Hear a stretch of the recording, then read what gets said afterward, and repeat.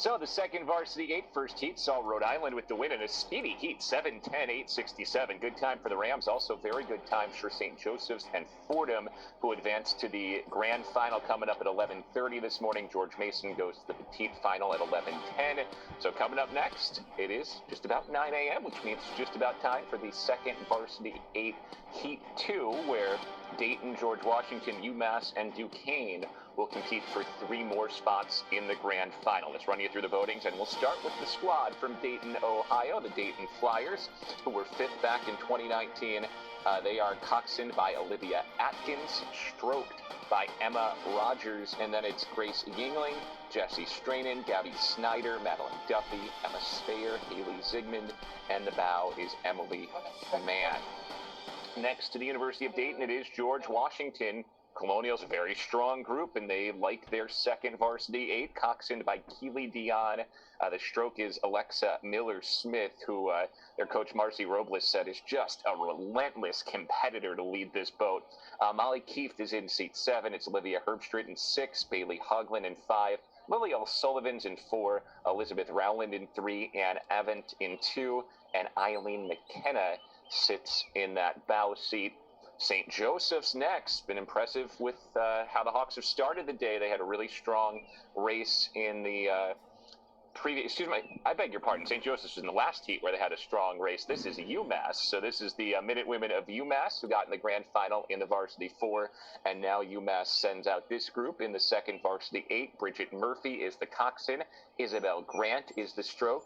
Then it is Grania Flanagan in seat 7. Bree Donahue in 6. Barb Chova in 5, Kaylee O'Neill in 4, Elizabeth Conley in 3, Riley Anderson in 2, and Grace Coogan in 1 for a UMass squad that has won 16 Atlantic 10 championships. Duquesne rounds out this field. The Dukes got into the grand final in the Varsity 4, looking to do the same here in second Varsity 8. Duquesne's coxswain is Ellen Wenziger. Hannah Straub is the stroke. Kayla Eads is in seat 7. Seat 6 belongs to Caroline Red. Celia Gambcorda is in 5, Hannah Peak, Rebecca McCallan, and Britt Wheeler in seats 4, 3, and 2. And the bow seat belongs to Isabella Abbott. That coxswain Ellen Wenzinger for the Duquesne squad is somebody that Jen Langzettel said has really stood out as a senior captain who really led her team and put together some team bonding events that they were able to do within the protocols laid out by Duquesne this year to try and help bring this team together. Also in this second Varsity 8, another one of the senior leader captains, Celia Gambcorda, who again was somebody that Coach Langzettel said was an excellent leader for this group. All right, we are underway in the second heat of the second Varsity 8. Top 3 teams advance to the grand final at 11:30. Mentioned Ellen Wenzinger, the coxswain of that Duquesne boat. She is a converted rower. She was somebody who couldn't compete this year due to injuries as a rower, but decided, hey, I want to be part of this team still. Jumped right in to be the coxswain, doing whatever this team needed to help Duquesne compete for an A-10 championship, and they're off to a good start. The Dukes right up into second place behind the George Washington squad, which is the current leaders. It's Dayton, George Washington, UMass, and Duquesne. Remember, George Mason raced in that first heat and finished in 4th.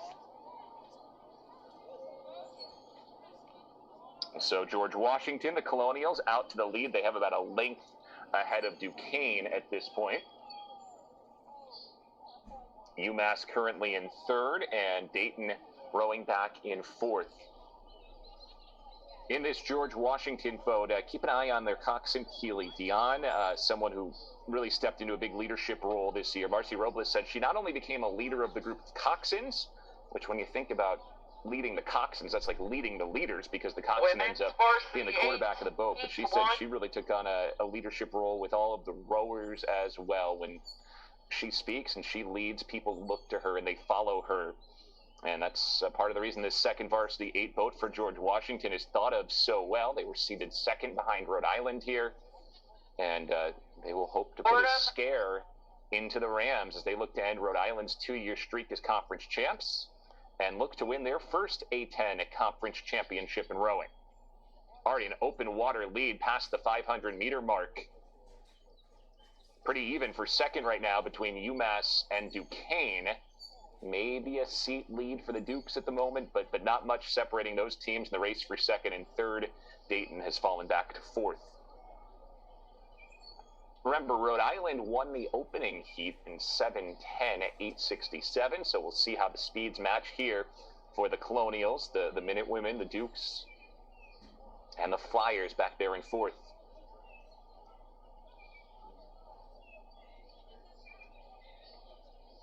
Really even right now in second, but it does look like UMass starting to inch ahead. So the Minute Women were not the fastest out of the start. They were third behind George Washington and Duquesne. Again, it's Dayton, George Washington, UMass, and Duquesne here.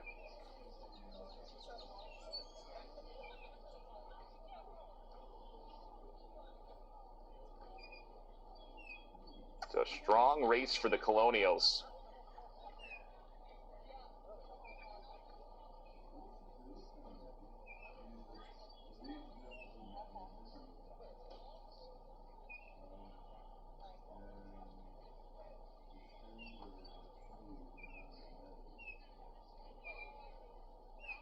And now UMass moving ahead into second. They're about 3 seats ahead of Duquesne, who is sitting back in third.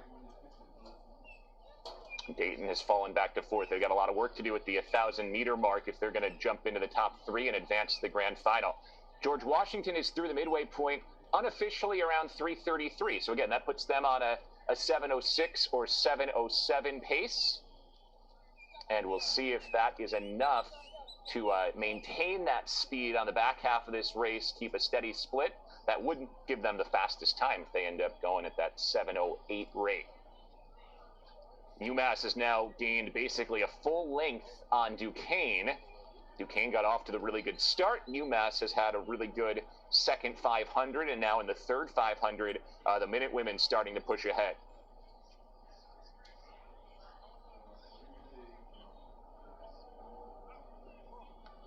UMass had a big gap between March 13th of last year and, this compressed spring season, though Eric Karchich, the head coach, did point out every team had to deal with the weird and unorthodox gap like this, but, they were able to get on the water a few times here in the spring. They did a lot of things virtually. Some of that they'll do again moving toward next year. But this season, even though it was a different season, one that's gone a long way in helping set the vision of the program here with Eric Karchich in his second year. He said the athletes adapted to the vision they had, and there's so much contagious energy now in that UMass boathouse as they look to get back to the level that they have achieved here. 16-time A10 champions, their last win back in 2017. Right now, though, it's George Washington with a 2-length lead and growing. This is a program that has been building under Marcy Robles in her third year, previously at Rutgers and at Jacksonville before coming here to George Washington. And she's got this squad trending up. They were second back in 2019. They've looked really good so far today, winning the Varsity 4 heat they were in and starting to separate inside of 500 meters to go here, with close to a 2-length lead over UMass, more like 4 lengths back to Duquesne, and then another couple lengths behind that to Dayton. Barring some crazy changes here, we're going to see George Washington, UMass, and Duquesne make it through. So that means the Dukes, who've had to deal with a lot of challenges this year. They did not even have an indoor facility to train in at points this season because their boathouse has been undergoing renovations, had to adapt, had to schedule their trainings oftentimes for 5 a.m., and they have found a way to overcome all of that. They're going to be 2 for 2 getting into grand finals here. So impressive performance by the women of the Duke Crews as well.